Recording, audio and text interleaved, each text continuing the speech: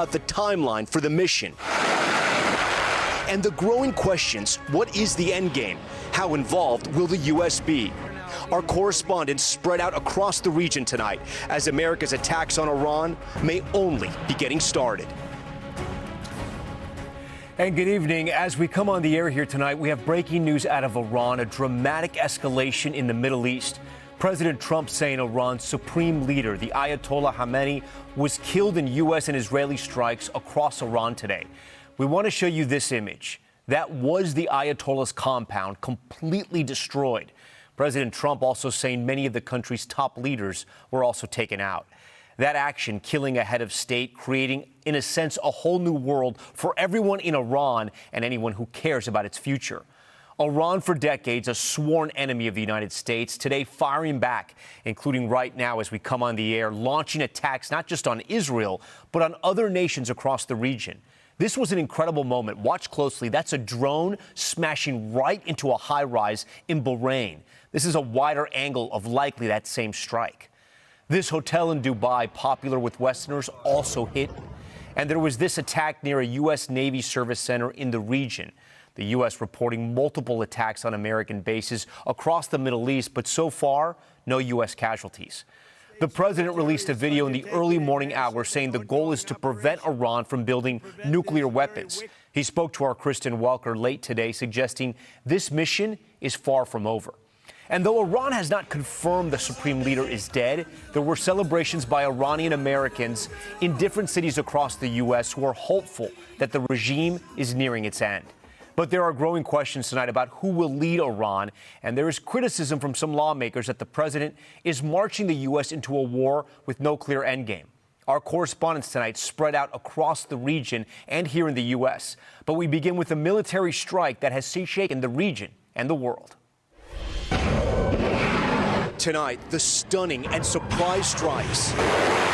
U.S. jets and Tomahawks targeting Iran as part of a joint U.S. and Israeli operation, leading to a historic moment in the Middle East. President Trump posting the leader of Iran's Islamic regime, Ayatollah Ali Khamenei, is dead, calling him one of the most evil people in history, adding he was unable to avoid our intelligence and highly sophisticated tracking systems.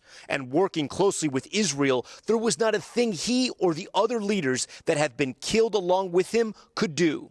Khamenei, a political and religious leader, led Iran, which is designated by the U.S. as one of the world's top sponsors of terrorism since 1989. His compound in Tehran, seen in this satellite image, completely destroyed. The daylight strikes left smoke billowing over Iran's capital. This vehicle on fire and a crater in the middle of the city. Israel releasing this footage, striking a ballistic missile launcher. You can actually see the Iranians as they were preparing to fire. President Trump inside Mar-a-Lago, seen watching it all unfold, flanked by Secretary of State Marco Rubio and Chief of Staff Susie Wiles, announcing Operation Epic Fury this morning. Our objective is to defend the American people by eliminating imminent threats from the Iranian regime, a vicious group of very hard, terrible people. For 47 years, the Iranian regime has chanted death to America and waged an unending campaign of bloodshed and mass murder, targeting the United States, our troops, and the innocent people in many, many countries. It's been mass terror, and we're not going to put up with it any longer. Tonight, Iran retaliating. Israeli air defenses taking out many of the incoming missiles and drones. Here, Israelis huddling under an overpass and crowding inside underground shelters. And also tonight, in a surprise move, the Iranian regime also lashing out against multiple Arab countries, including striking civilian targets. In Dubai, you can see an Iranian strike on a hotel from several different angles. The Fairmont Dubai Palm Hotel hit and erupting in flames. And this image from a blown-out hotel room. Here, Iranian projectiles streaking across the sky. That's an Iranian drone nearly striking the Burj Khalifa, the tallest building in the world. In Qatar, people scrambling as debris from an intercepted Iranian missile falls on a street. In Kuwait, An Iranian drone striking and damaging Terminal 1 of Kuwait's international airport. And in Bahrain tonight, look at this Iranian strike on a downtown high-rise. Someone inside this building filming as an Iranian drone makes impact. And huge plumes of smoke visible for miles when an Iranian drone hit the headquarters of the U.S. Fifth Fleet.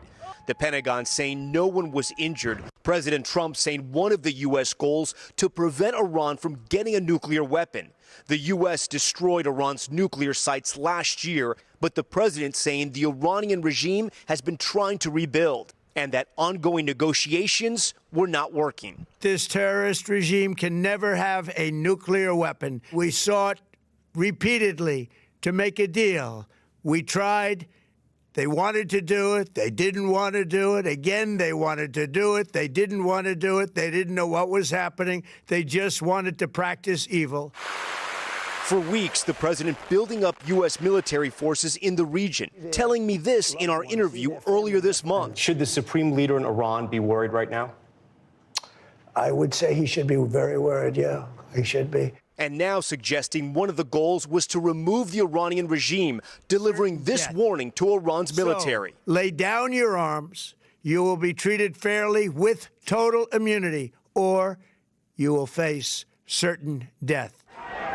The president saying he's trying to aid protesters in Iran, the regime's brutal crackdown estimated to have killed thousands. To the great, proud people of Iran, I say tonight that the hour of your freedom is at hand.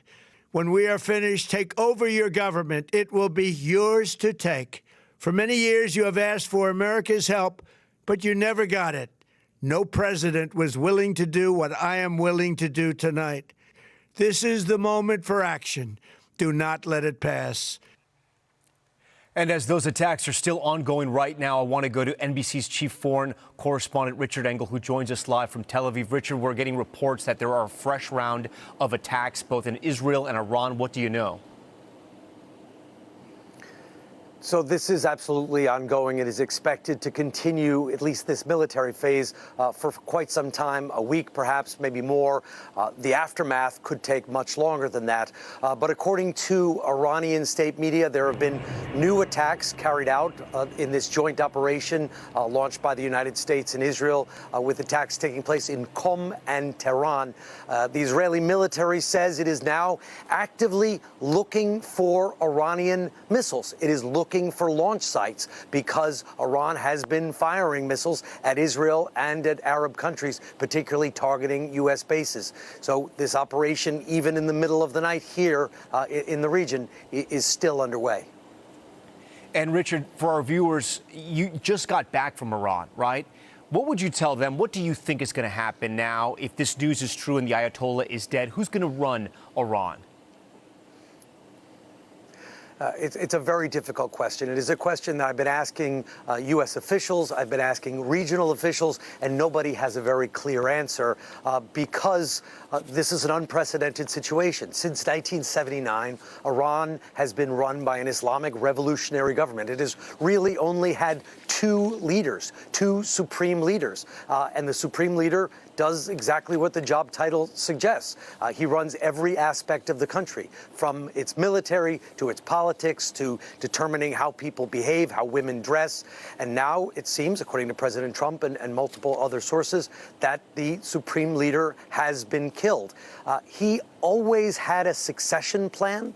He was a very stubborn person, quite elderly, someone who made it clear that he wanted to be a martyr rather than compromise. But now that he is gone, his succession plan never made public. It is not clear how many other senior Iranian leaders have also been killed, also part of that succession plan.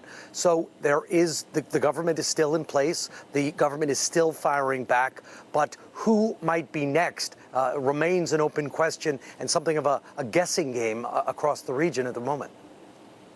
Richard, you've lived in the region. It has been your home. You've reported there extensively for NBC News. Tonight, what is the one thing that has surprised you the most since this firing and the attacks have started? Well, what surprised me most this morning was that this war went regional so quickly. Ali Khamenei, the supreme leader, late supreme leader, it seems, had promised that there would be a regional war if the U.S. and Iran was attacked, U.S. and Israel carried out an attack. And immediately it went regional, with Iran carrying out strikes in Saudi Arabia, Kuwait, Qatar, Dubai, places that have tried to stay out of this conflict for years. They have preferred to have American bases, to outsource their security, but now they were directly attacked, and it caught a lot of these countries by surprise. I think that was one thing that stood out today. And the other thing I think that you should watch out for is how open-ended this conflict could be. The regime in Iran is deeply unpopular. As you mentioned, I was just in Tehran. Many people, to me, were openly complaining about the economy, about the repression, about the brutal crackdown. But it is a large country, 90 million people, and it is possible that the regime collapses and the state collapses with it, potentially dividing into pieces. The world is watching all of that tonight. All right, Richard, we thank you for that. I want to get right over to Meet the Press moderator, Kristen Welker, because tonight she spoke with President Trump. So, Kristen, you spoke with the president. What more did he tell you? Well, Tom, in our short phone call, the president told me the strikes have caused very great losses on their leadership, adding tremendous damage has been inflicted. The people that make all the decisions, most of them are gone. What he couldn't answer, what you were just talking about with Richard, who exactly would replace Iran's supreme leader. The president also revealed the damage came from at least 3 targeted attacks on senior Iranian leaders. And Tom, I asked him, how will he know if the operation has been a success? The president responded, quote, "I think it's already a success, Tom."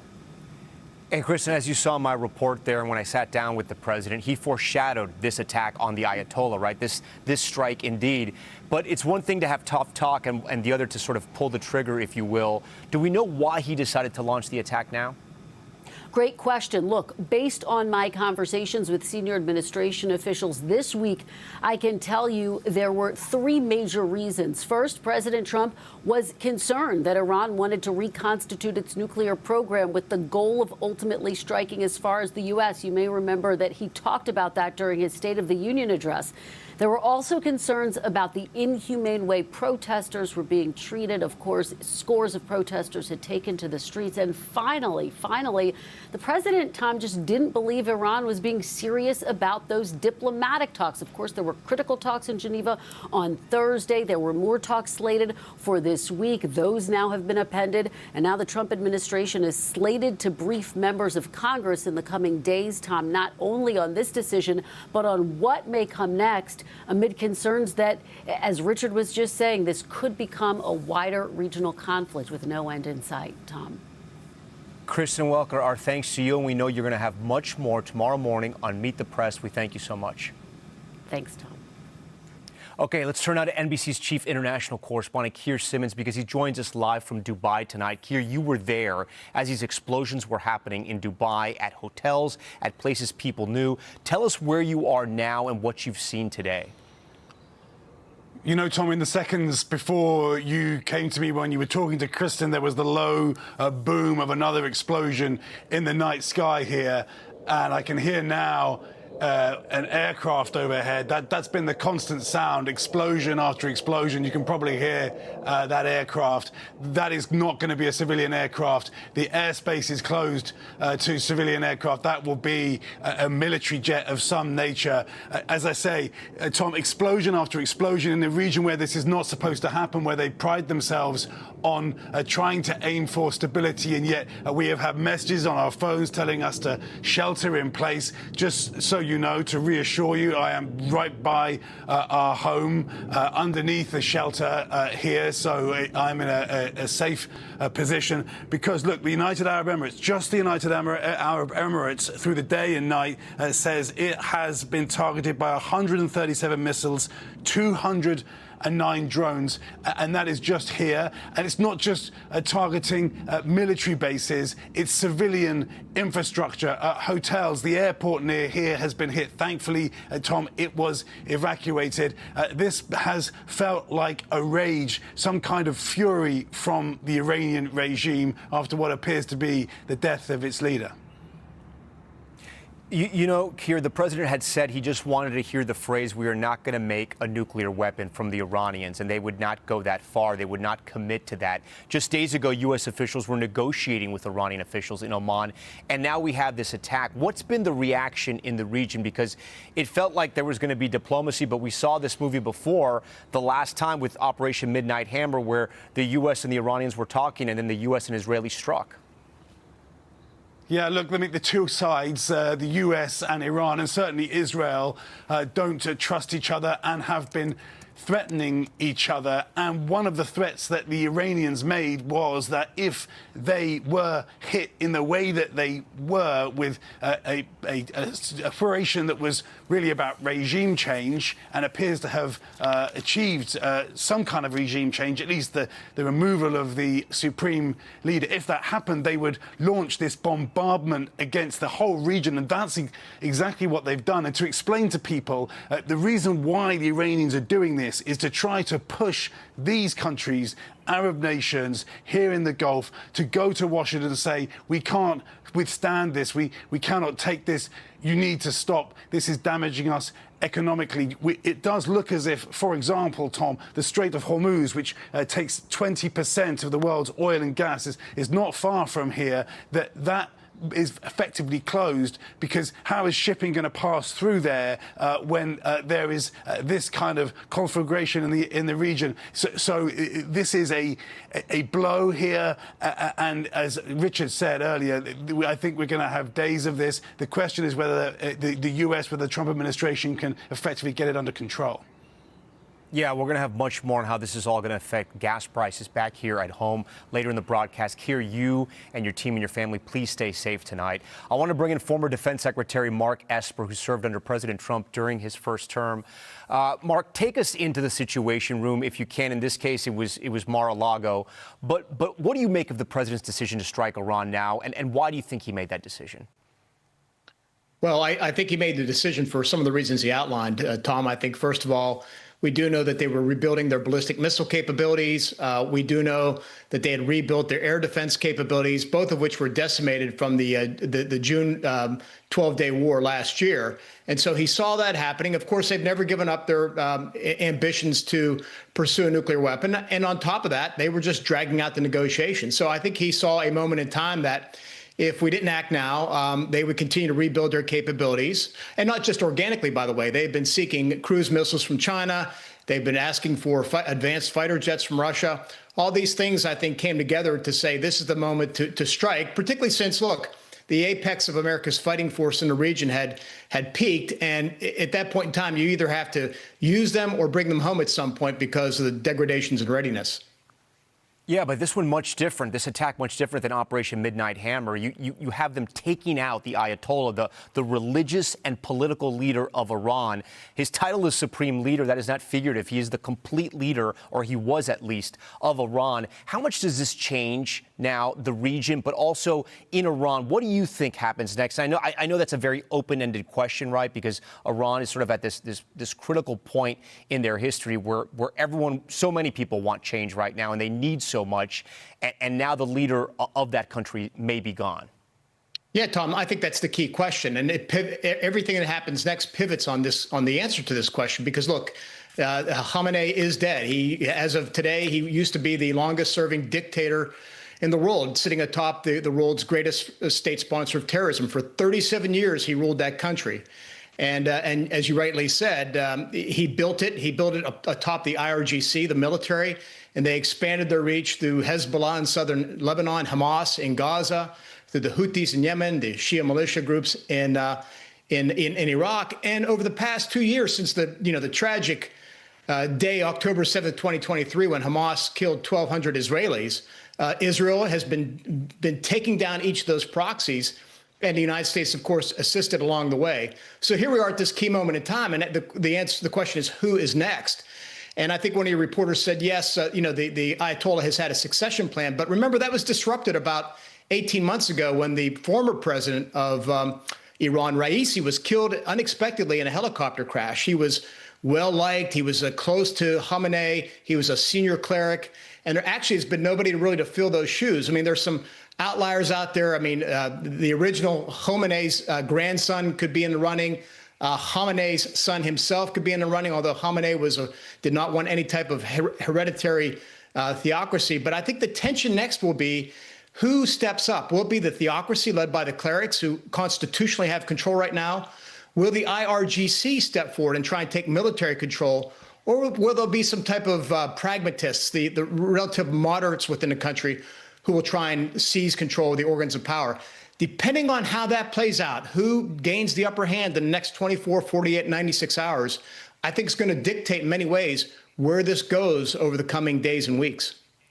And Mark, as you mentioned, some of the Ayatollah's relatives, we are getting reports out of the state-run media in Iran that some relatives, including possibly a son-in-law, a daughter, and a grandchild, have also been killed in the attack that was targeting the Ayatollah. Before we go, we only have about 30 seconds here. Mark, if you were advising President Trump about his next move, what would you tell him?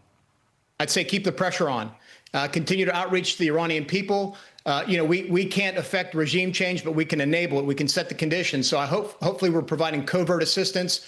We're encouraging them, but set the conditions to do that and press on the IRGC. They are the ones that continue to oppress the Iranian people, killed at least 7,000 several weeks ago in January. I think looking at continuing to target the IRGC leadership, their barracks, their troops, everything that they would need to oppress the Iranian people and to prevent the Iranian people from overturning the government, that's where I would focus. Former Defense Secretary Mark Esper, we thank you so much for your analysis. The security stepped up here back at home in the U.S. after the attack on Iran. A live report, plus what people inside Iran are saying tonight, right after this quick break.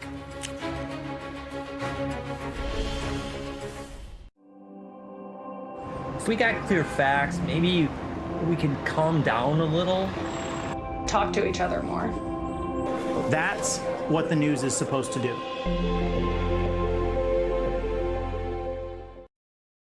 Top story live from Washington, D.C., from Philadelphia. A historic day here in the Middle East.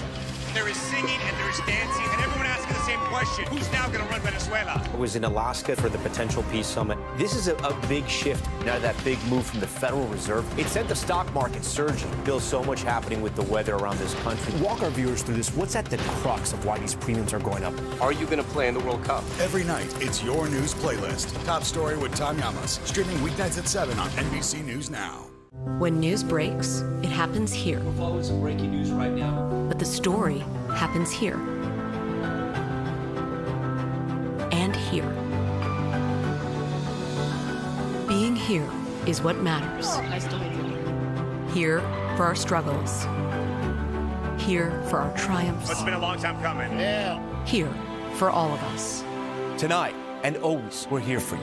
NBC Nightly News with Tom Llamas. News lives in the now. It's coming at us every second. News is more now than ever. You can see why this search and recovery is so complicated. Now is raw. This fight, it is personal. It could be my house, it could be my family. Now is real. Reality check. What is and is not legit here? Now is constant. News for the generation of now is NBC News Now. Live news, streaming free everywhere. Give us the facts. Let us decide for ourselves. I want you to be transparent, I guess, is firstly what I want. If we got clear facts, maybe we can calm down a little. Top story live from the Vatican. Live tonight from Tel Aviv. We're live from the White House.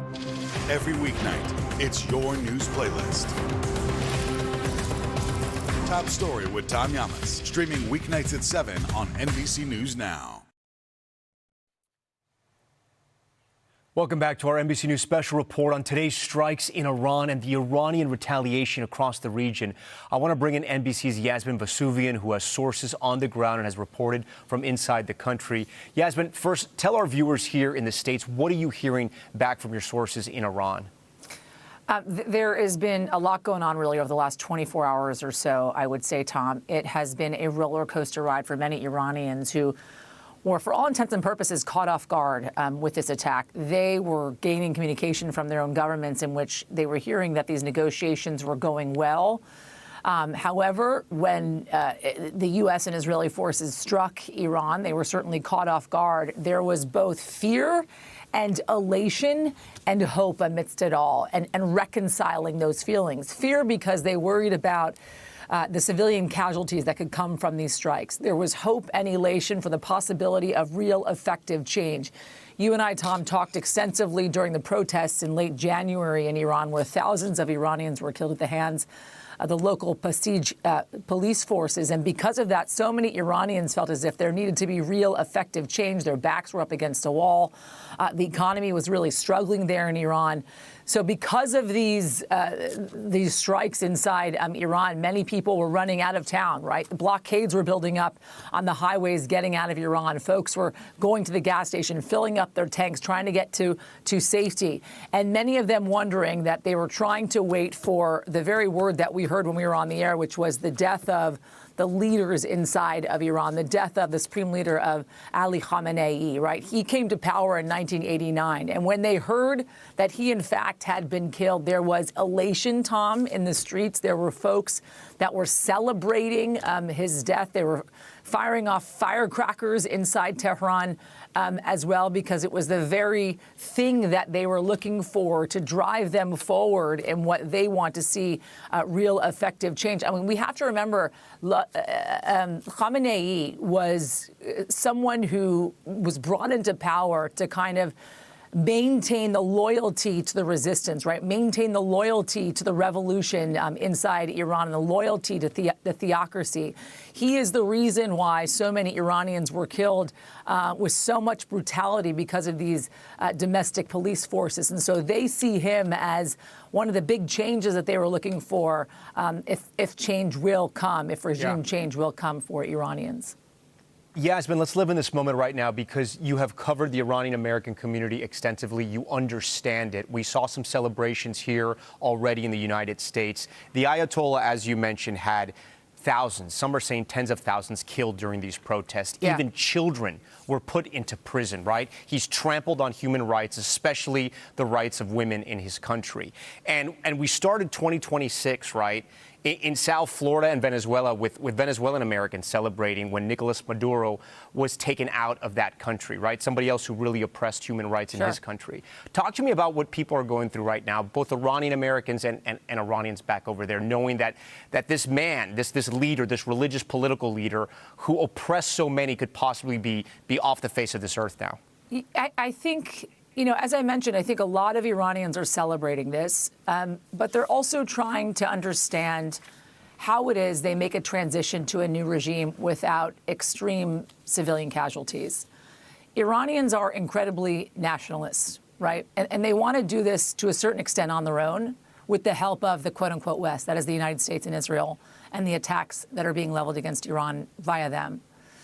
But in understanding the death of Khamenei and the end, it seems, to what he thought was the ideology of this theocracy, they want to see real effective change. But they want it to happen swiftly, Tom. They don't want it to see it happen at the hands of the loss of Iranian life. They don't want it to see happen at the hands of the loss of Iranian history and culture and the very place they love and they live. They want to see a regime change in which the country is maintained. And I only say that because they look, of course, the most recent history, right? Afghanistan and Iraq, and what took place there, and what was left behind in Afghanistan and Iraq, and the lack of infrastructure, and the government completely decimated, and thousands upon thousands of people killed, people at times going without food and water. And Iran already has many of those insecurities happening inside their country, whether it be food and water, job insecurity as well. But nonetheless, they want to see freedom. They want to see regime change, but not with Iranian lives lost, not with the loss of their culture, their dignity, and their country. So we'll have to wait and see how this all plays out, Tom. And so many, the people of Iran have suffered so much, they do not deserve to suffer anymore. Yasmin, we thank you so much for your perspective. Let's turn now to President Trump's decision to launch these attacks and what could come next from the administration. For that, we go to Gabe Gutierrez at the White House. Gabe, as we were reporting this out and trying to understand this, the thinking by some was President Trump is talking tough. He's putting military pressure, but he wants to get a deal. He ran on an America First platform that has changed completely now in this second term.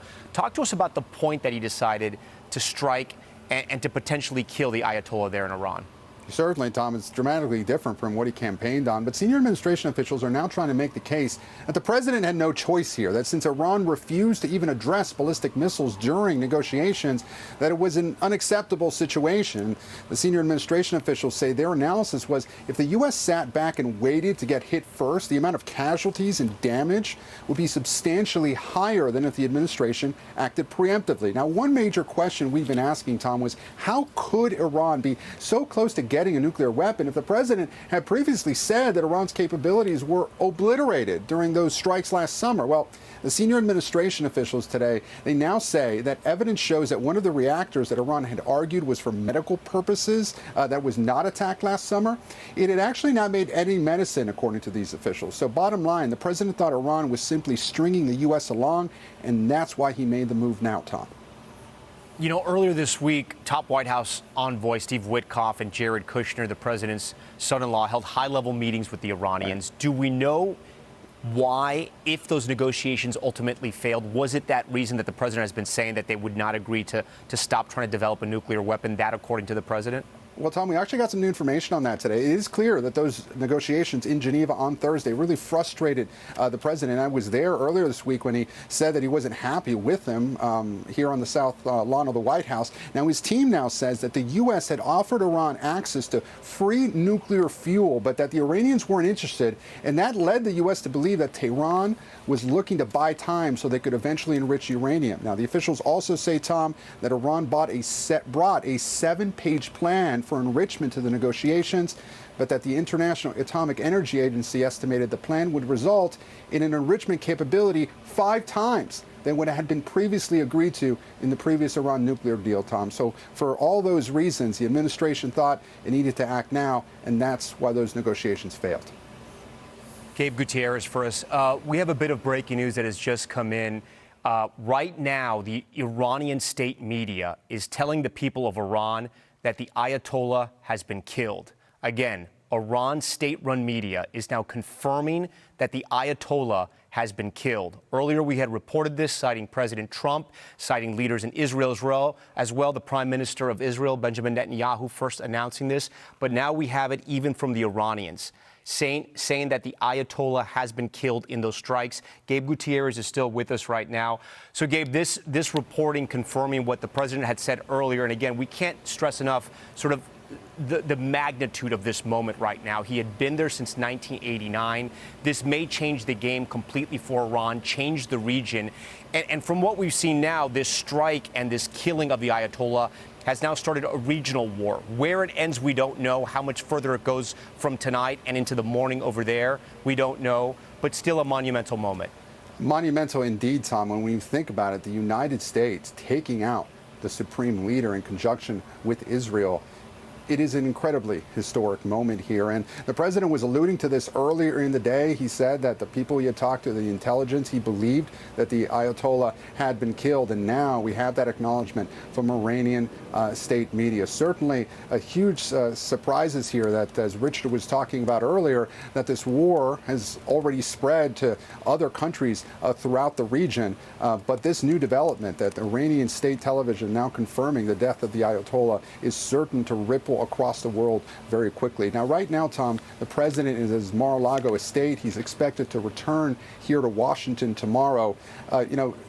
Politically here in Washington, Democrats are vowing to force a vote to restrict his war powers next week. But really, Tom, with Republicans so far largely in lockstep with the president today, those votes aren't likely to go very far or do much other than to give lawmakers a chance to get their opposition on the record. But here, that's what's happening in Washington. Across the world, this news that the Ayatollah is confirmed dead raises a lot of questions about how long this conflict drags on for, how long and how much American troops get dragged into this war. Certainly, we will be looking for any White House reaction in the next couple of hours. But again, the president had said it earlier today, and now we're getting getting that official confirmation from the Iranians hugely significant.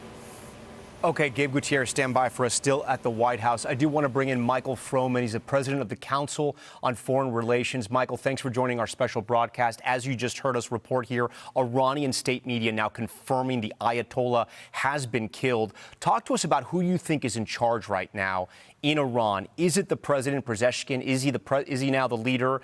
And cannot be checked by anyone else? Or is there some kind of theocratic leader? Is there another cleric that will take over?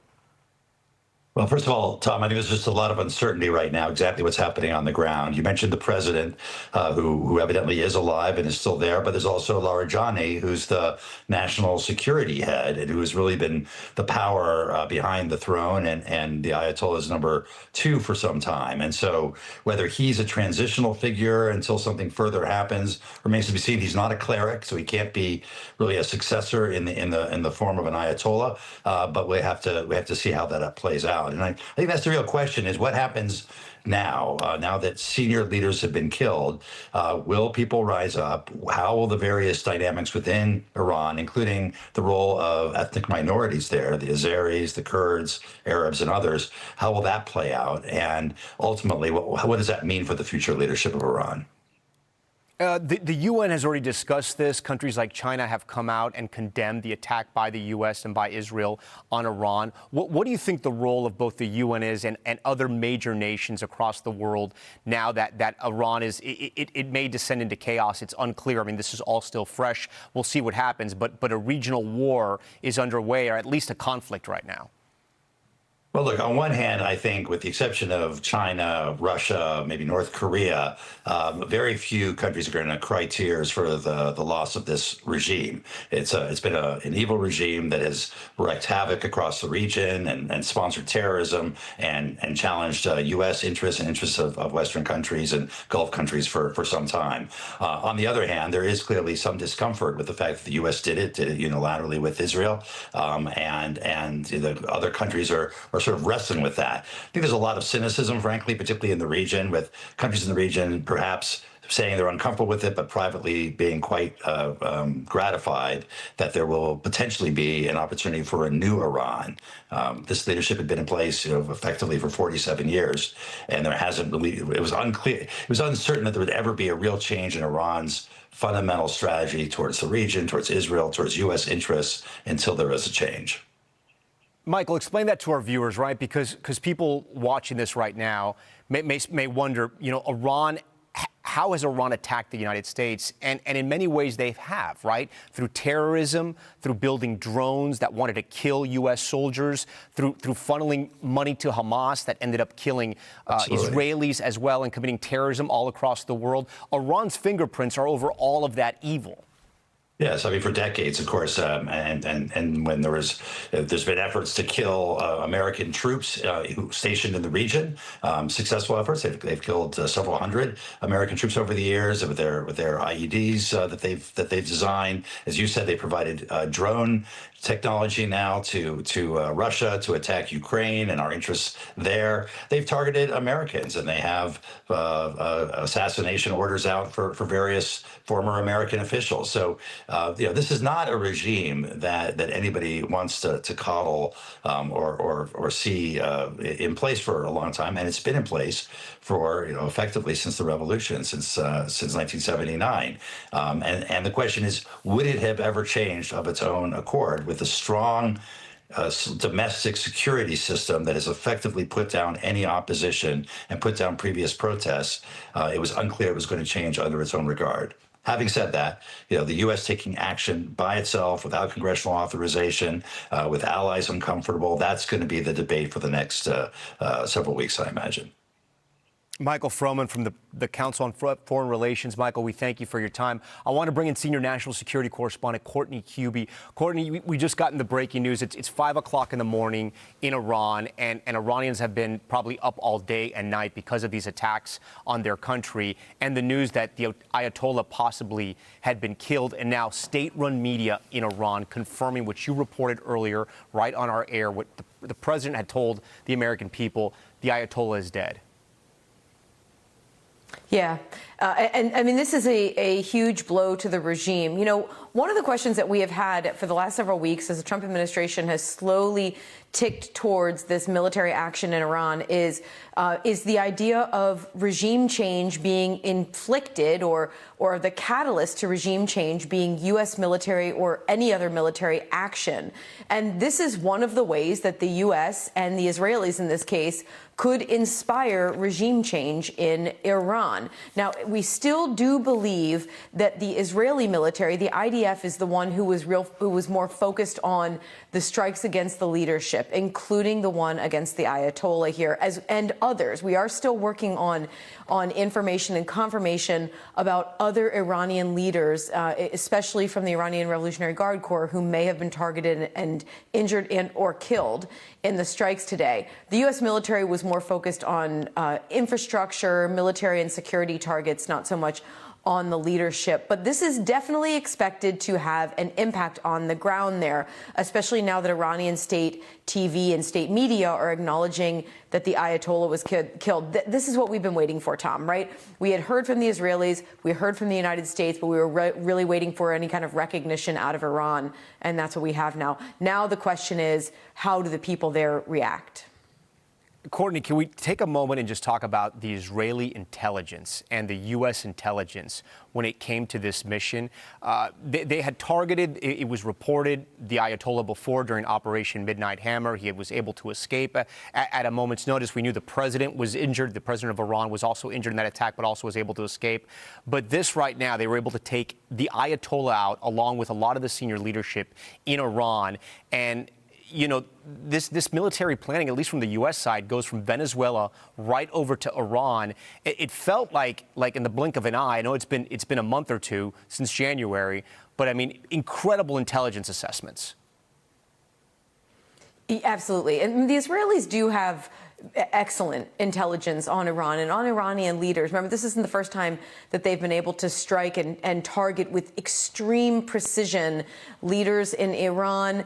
They've done the same with some of the Iranian proxy networks, specifically Hezbollah and Lebanon and others. So that does not surprise me. And the U.S. and Israel, working in conjunction, have shown not only the level of intelligence to be able to target some of these leaders, but also the military capability. And in the case of the Israelis, when you think about the pager bombs and things in Lebanon, at times they have shown the ability to really plan for months and years to make some of these missions actually happen. So that part doesn't surprise me. You know, one thing that I have been shocked about and not been able to figure out all day since we first got the call at 1 o'clock this morning that this had all started is why the U.S. and Israel decided to conduct these strikes and begin this mission in daylight. That's really uncommon. You know, Midnight Hammer, the back and forth volley between Israel and Iran in 2024 and into 2025, and then the Venezuela, the raid to interdict Maduro. All of those have taken place at night, and there's a reason for that. It's frankly just safer for the air assets and for the men and women who are involved. This was in daylight. And I do wonder if maybe that was part of the intelligence gathering process here. They found that some of these individuals would be together at a certain time. It was in daylight, and they had to take advantage of that opportunity. I mean, candidly, Tom, that's the only thing that makes sense for the timing of the strikes. It stands to reason. I thought the exact same thing, especially when we're seeing the videos as well, and a lot of them were during the daytime. Courtney, so great to have you. Stand by for us. I do want to bring in someone else, Iranian-American journalist and NBC News analyst, Houman Majd. Houman, so great to see you. For our viewers at home who may not know you, for anyone at NBC News who does anything with Iran, reporting any major interview that we do, we start with Houman because he is such an expert and he has covered the region so extensively over the decades. Houman, your reaction first when you see the banner and you look down and it says Iranian state media, Ayatollah Khamenei is dead. What do you think? It's huge. I mean, for the Iranian people who have lived with him as a supreme leader now for, almost 4 decades, it's just unimaginable for many Iranians. I think there are some Iranians, perhaps many Iranians, who are celebrating the fact that he is no longer the supreme leader, especially after the January protests and the crackdown on the protests, which was commanded from the supreme leader. And then there are others potentially some religious people who followed him, both in Iran, Shia faithful in Iran, but also in Iraq and in Bahrain and places like that, who may be saddened by the fact that an Ayatollah, after all, a cleric, the equivalent of a cardinal in the Catholic Church, has been assassinated, essentially. So there's within Iran, I would say most people are looking forward to the next phase. What happens next? And it's not clear yet what happens next. As Courtney has pointed out, as people have pointed out throughout the day on NBC, we really don't know. The constitution in Iran allows for a leadership change. Supposedly, if this was happening not in wartime, there would be a council of 3 members, one from the Guardian Council, a cleric, one from the judiciary, the chief of the judiciary, and one from the presidency, the president himself, who would run Iran basically as the supreme leader, as a council, until the new supreme leader was elected. However, at wartime, things could be different. We still do have the Revolutionary Guards. We still have them in power. Nobody has defected yet. That doesn't mean it's not going to happen, but there's a lot of uncertainty in terms of what's going to come next. Is the supreme leader going to be replaced by another supreme leader? How does that happen during wartime while there's war still going on? None of this is very clear. And people like Larijani, former IRGC general, who was then for many years Speaker of Parliament. The current Speaker of Parliament, Mohammad Bagher Ghalibaf, also former IRGC person, extremely powerful.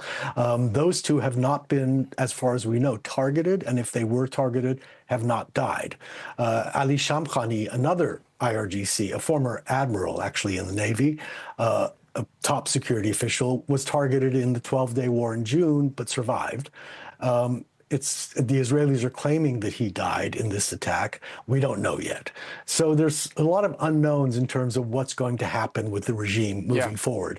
But in terms of regime change, certainly nothing has happened yet in terms of a drastic change of the actual regime. Yeah. And then, Houman, before we let you go, I do want you to paint the picture of life in Tehran right now, in Iran, because it's a place where they're having trouble even getting water, right, for people to even bathe or to drink water in Tehran, in their capital. It's a place where banks are running out of money. People can't get the money out of their banks. It's a place where gas may cost you 10 cents a gallon, but there's no job to go to right now. And less. And it's a place where, as a protester, the moment you leave your house, you enter a demonstration knowing you may either be killed or imprisoned for just stepping out of your house, right? And yet all those brave protesters showed up day after day for so many weeks because they wanted change. And so what happens to life now in Iran? Well, I mean, right now everything's uncertain. I was able to reach some family in Tehran, and they were safe. There are a lot of people who are trying to leave Tehran. In fact, there's reports that they've changed the roads to the north of Iran to one-way roads, so all these cars could actually get out of Tehran. So right now, at this point, even despite President Trump's call for people to rise up and take over the government, no one is doing that yet. And as you pointed out, Tom, there's a lot of fear because the Revolutionary Guards, the Basij, are out on the streets, and they will put down any protests if there were any protests. And so far, we haven't seen any of that, no evidence of that yet. People are afraid. People are running for their lives. School children were just killed. That's been confirmed in a southern town by a missile. I don't think it was intentional necessarily, but there were numbers of children killed. And there's, a fear, sadness. People are afraid of bombs falling on their heads in Tehran. But yes, the economy is horrible. People don't have money. People don't have enough to buy basic goods, meat, eggs, things like that. And so there's a lot of misery, and the change is going to be welcome. Change is going to be welcome. Houman, we thank you for your perspective. We thank you for all your new reporting. We thank you for being on this special broadcast tonight. We're going to be right back with the latest from the region and an update from Richard Engel. Stay with us. When news breaks, it happens here. But the story happens here. Being here is what matters. Tonight, and always, we're here for you. NBC Nightly News with Tom Llamas. News lives in the now. It's coming at us every second. News is more now than ever. You can see why this search and recovery is so complicated. Now is raw. This fight, it is personal. It could be my house. It could be my family. Now is real. Reality check. What is and is not legit here? Now is constant. News for the generation of now is NBC News Now. Live news, streaming free everywhere. When news breaks, it happens here. We're following some breaking news right now. But the story happens here. And here. Being here is what matters. Here for our struggles. Here for our triumphs. It's been a long time coming. Yeah. Here for all of us. Tonight and always, we're here for you. NBC Nightly News with Tom Llamas. Top story live from Washington, D.C., from Philadelphia. A historic day here in the Middle East. There is singing and there is dancing and everyone asking the same question. Who's now going to run Venezuela? I was in Alaska for the potential peace summit. This is a big shift. Now that big move from the Federal Reserve, it sent the stock market surging. Bill, so much happening with the weather around this country. Walk our viewers through this. What's at the crux of why these premiums are going up? Are you going to play in the World Cup? Every night, it's your news playlist. Top Story with Tom Llamas. Streaming weeknights at 7 on NBC News Now. If we got clear facts, maybe we can calm down a little. Talk to each other more. That's what the news is supposed to do. News lives in the now. It's coming at us every second. News is more now than ever. You can see why this search and recovery is so complicated. Now is raw. This fight, it is personal. It could be my house. It could be my family. Now is real. Reality check. What is and is not legit here? Now is constant. News for the generation of now is NBC News Now. Live news, streaming free everywhere. When news breaks, it happens here. But the story happens here. Being here is what matters. Tonight and always, we're here for you. NBC Nightly News with Tom Llamas. And welcome back to our special coverage. Iranian state media now confirming the supreme leader, Ayatollah Khamenei, is dead. Today's developments put some of the largest cities across America on high alert for possible retaliation by Iran through a terrorist act. NBC News' Valerie Castro joins us tonight. Valerie, walk our viewers through what U.S. officials are saying and why there's a real concern across the country tonight. Yeah, Tom, law enforcement agencies across the country and at the federal level say they are at high alert for any possible retaliation, and they are responding by increasing their visible presence at key potential targets. The NYPD says it is coordinating across agencies out of an abundance of caution, adding a visible presence again outside places like the Israeli consulate and the Iranian mission to the UN. 3 law enforcement sources say that there are no plots or specific threats that U.S. counterterrorism officials are tracking, but they say that is always, of course, a concern. There's also a concern for any sort of cyber attack, though officials say given Iran's near total blackout of the internet there, that is not so much a concern. Tom. All right, Valerie Castro for us tonight. Valerie, we thank you. I want to get to NBC News business and economy reporter Ali Canal, who joins us now. Ali, people are going to be going to work starting Monday wondering what this is going to cost them, and will this affect gas prices at all because of Iran's importance in the oil and gas community? Yeah, Tom, I've been talking to analysts all day, and they tell me, yes, gas prices are expected to rise. They are heavily tied to the price of crude. We'll find out how crude is trading once those markets reopen Sunday evening. But depending on how this conflict escalates, crude could jump as much as $15 to $20 a barrel. That's what these analysts tell me. And typically, every $1 move in oil, that translates to about 2 to 3 cents per gallon. So an increase like that could mean gas prices rising anywhere from 30 to 60 cents a gallon. At the same time, we typically tend to see gas prices move higher around this time of year. Now, Iran, it only contributes to about 4% of global oil output, so the direct impact is somewhat limited. But they tell me, these analysts, that the main concern is shipping, particularly when it comes to that critical Strait of Hormuz. That's that oil choke point in the Middle East, Tom.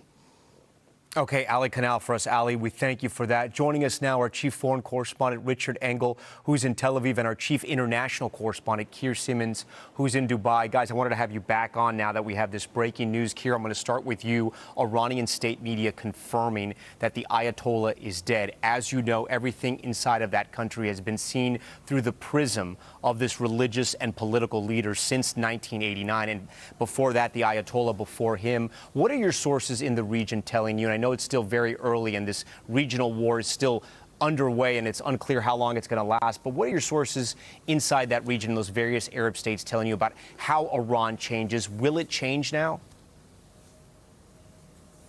Oh, Tom, this is a seismic moment. I mean, this is as historic as the Iranian Revolution in 1979. No matter what you think or anyone thought of Ayatollah Khamenei, the leader of a sovereign state, has been assassinated. That newsreader in tears on Iranian television announcing 40 days of mourning will be replayed and remembered through history. And it leaves us with the question, what now? The fear in this part of the world, the Arab world, the Gulf states, has been chaos in Iran.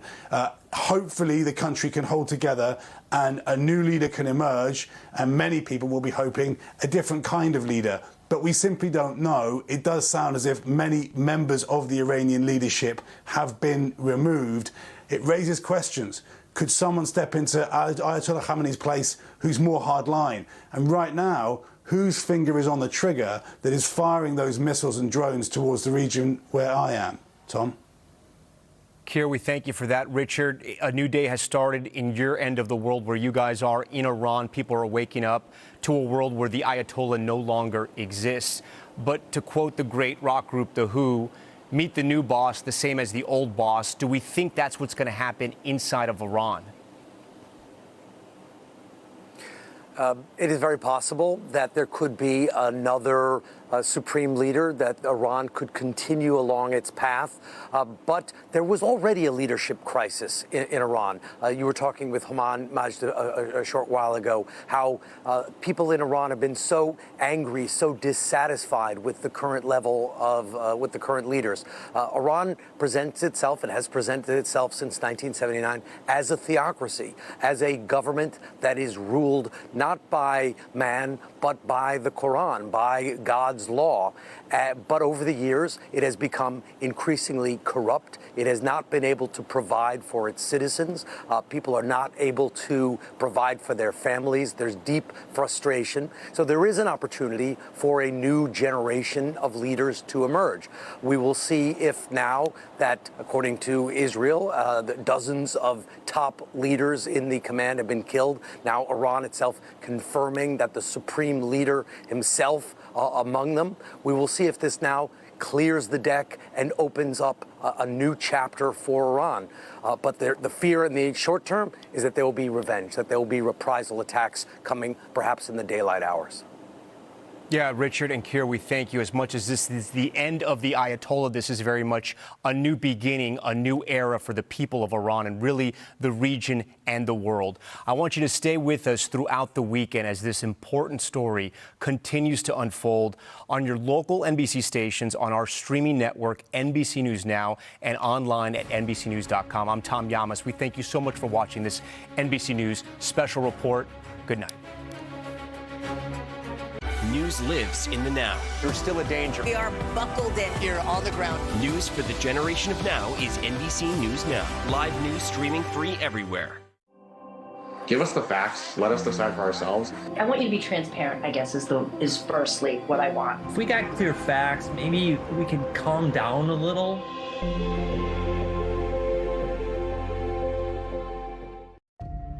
She opened up her boutique. She had gone to Europe. She was going out dancing at night. She was taking lots of pictures and posting on social media.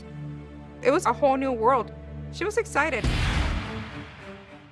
She goes, I think somebody's breaking into my Facebook. I also think somebody's breaking into my house. She felt like she had a stalker. Monrovia Police. I haven't heard from my daughter since Tuesday. Inside the apartment, there's blood stains on the carpet and blood spatter on the wall. And she's missing. And she's missing.